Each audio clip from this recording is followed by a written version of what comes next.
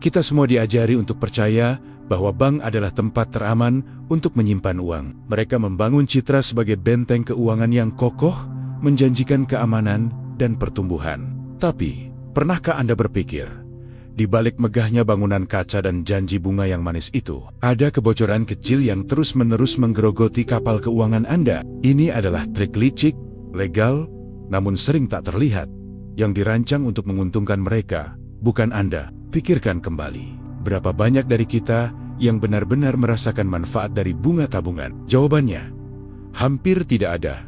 Terutama jika Anda adalah nasabah dengan saldo menengah ke bawah.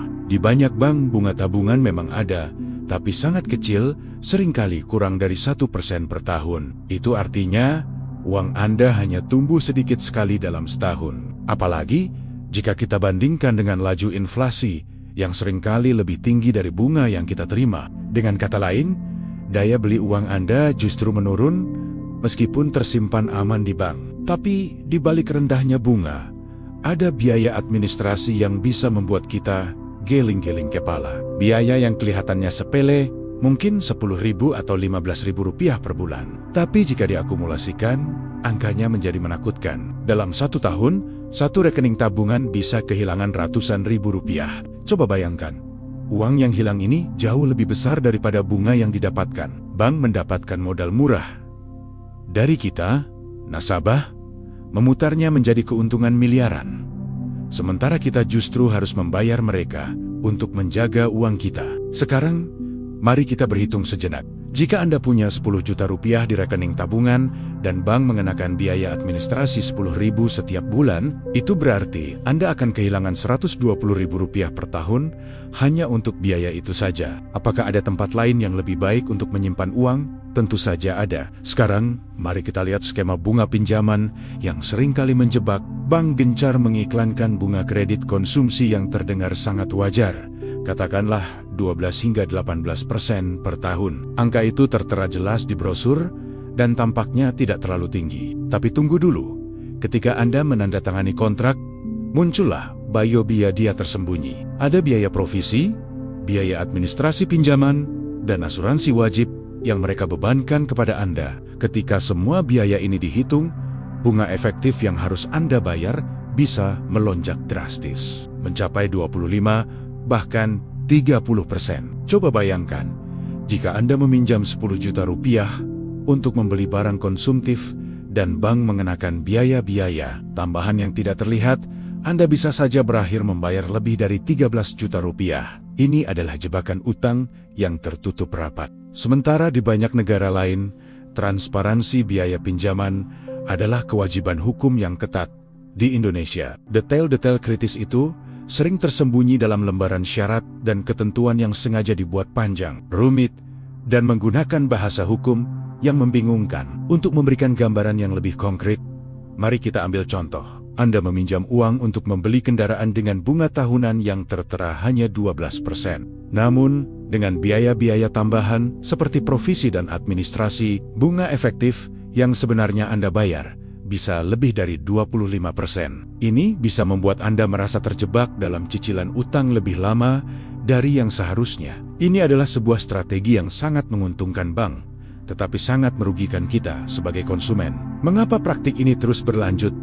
Meskipun kita tahu itu merugikan banyak orang, ada 3 faktor utama yang mendasarinya. Pertama, regulasi.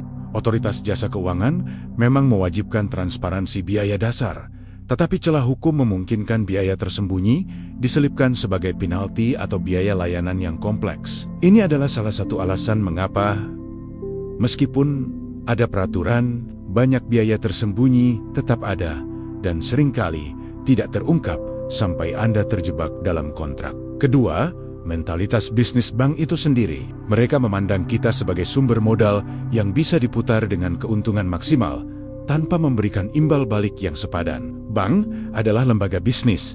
Tujuannya adalah memperoleh keuntungan sebesar mungkin. Jika mereka bisa membuat kita tetap setia tanpa banyak protes, maka itu adalah kemenangan bagi mereka. Ketiga, teknologi. Meskipun aplikasi mobile banking terlihat canggih dan memudahkan kita bertransaksi, Seringkali aplikasi-aplikasi ini menyembunyikan detail biaya di balik notifikasi kecil atau istilah teknis yang tidak dipahami orang awam.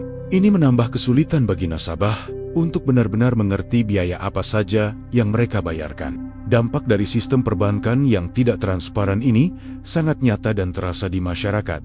Tabungan kita stagnan, kerja keras kita sebulan penuh seolah tak berbekas karena terus-menerus digerogoti oleh biaya-biaya tersembunyi. Sistem ini secara efektif memperlebar jurang ketimpangan antara si kaya dan si miskin. Para bankir dan investor besar semakin kaya, sementara masyarakat kelas menengah ke bawah semakin kesulitan untuk mengumpulkan modal. Ini bukan hanya masalah pribadi, tapi masalah sistemik yang berpotensi memperburuk ketimpangan sosial dan ekonomi. Jika kita lihat lebih dalam, kita akan menemukan bahwa kelompok yang paling dirugikan adalah mereka yang berpenghasilan rendah atau menengah.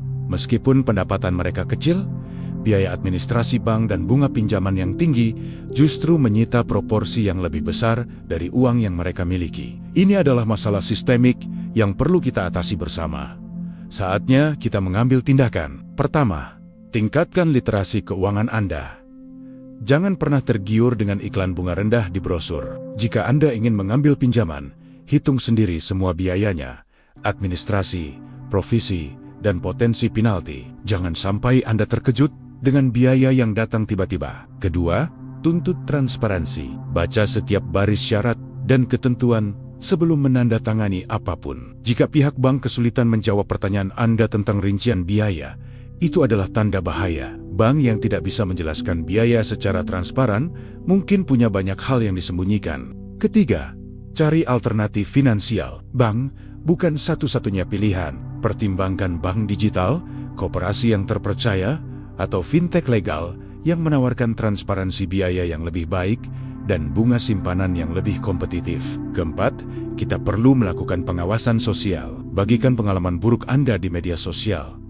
Berikan ulasan jujur dan berikan edukasi kepada orang lain di sekitar Anda. Ketika nasabah secara kolektif mulai kritis dan membandingkan layanan, bank akan terdorong untuk memperbaiki transparansi mereka. Ingat, bank tidak selalu menjadi teman. Mereka adalah bisnis, dan tujuan utama mereka adalah keuntungan maksimal. Kita harus menghentikan sikap pasif dan mulai bersikap kritis terhadap sistem ini. Dengan kesadaran kolektif, keberanian untuk menuntut hak, dan kemauan untuk mencari alternatif yang lebih adil, kita bisa menghentikan praktik perbankan yang merugikan ini. Ambil kendali penuh atas uang hasil jerih payah Anda mulai hari ini. Terima kasih sudah menonton. Jangan lupa bagikan video ini agar semakin banyak orang yang sadar.